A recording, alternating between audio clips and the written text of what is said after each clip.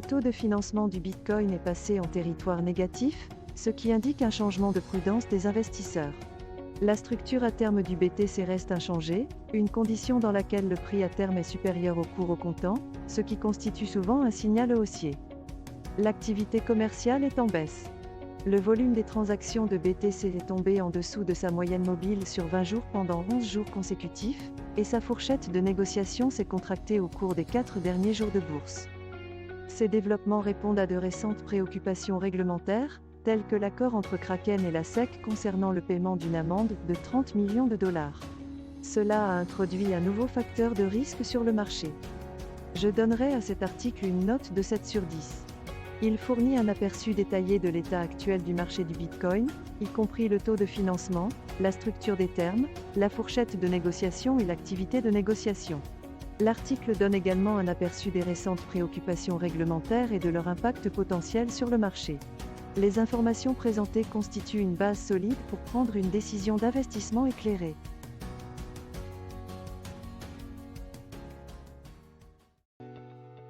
Les prix des crypto-monnaies ont été difficiles cette année, mais Ryan Grass de Tasty Crypto pense toujours que le Bitcoin pourrait atteindre 25 000 $ d'ici la fin de l'année. La BNB a chuté de 6,5% en raison des préoccupations réglementaires de la SEC américaine, qui a engagé des mesures coercitives contre Paxos, l'émetteur du BUD. Les retraits de Binance ont augmenté, ce qui suggère un sentiment baissier. Grass pense que les facteurs économiques influencent le marché et s'attend à une plus grande volatilité avant que le Bitcoin n'atteigne son apogée. Les questions réglementaires restent en suspens aux États-Unis.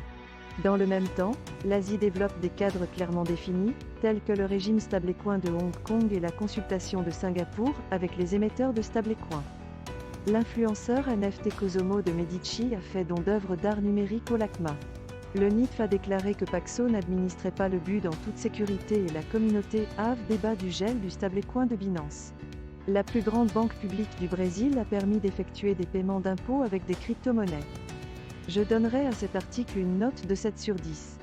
Il donne un bon aperçu de la situation actuelle en matière de crypto-monnaies, des opportunités potentielles sur le marché et de l'environnement réglementaire. L'article fournit également des informations actualisées sur les récents développements, tels que l'action de la Securities and Exchange Commission des États-Unis contre Paxos et les implications de la décision du NIF.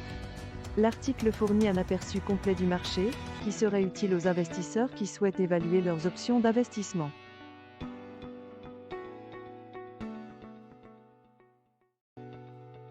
Le pourcentage de blocs Ethereum conforme aux ordres définis par l'Office of Foreign Asset Control des États-Unis est désormais tombé à 47%. Il s'agit du niveau le plus bas depuis le 11 octobre.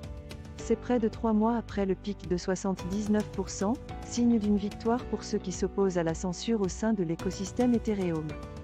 Cela est attribué au fait que davantage de validateurs ont choisi d'utiliser des relais MEV-Boost. Ces relais agissent en tant que médiateurs de confiance entre les producteurs de blocs et les constructeurs de blocs, et ne censurent pas les transactions. Le PDG de l'Abri, le créateur de MEV-Watch, a déclaré que cela avait été réalisé sans utiliser de soft fork activé par l'utilisateur. Cependant, il reste encore du travail à faire. L'OFAC a notamment sanctionné les adresses de portefeuille Ethereum et USD Coin le 8 août. Le pourcentage de blocs conforme à l'OAC est en baisse constante depuis le 29 janvier.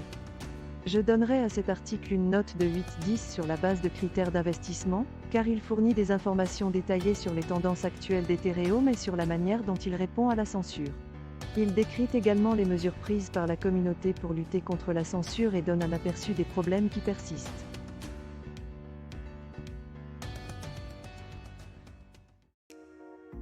Le lancement de jetons non fongibles S-Bitcoin a fait grimper le nombre d'adresses Bitcoin non nulles à un niveau record.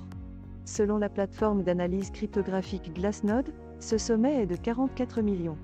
Ordinal a été la principale source de cette activité, apportant une charge utile de données plus importante et de nouveaux utilisateurs actifs au réseau Bitcoin. Cette augmentation de l'utilisation n'a pas entraîné d'augmentation significative des frais de transaction, mais a plutôt entraîné une augmentation à court terme de l'utilisation du réseau Bitcoin. 78 400 images et vidéos de type NFT ont été inscrites.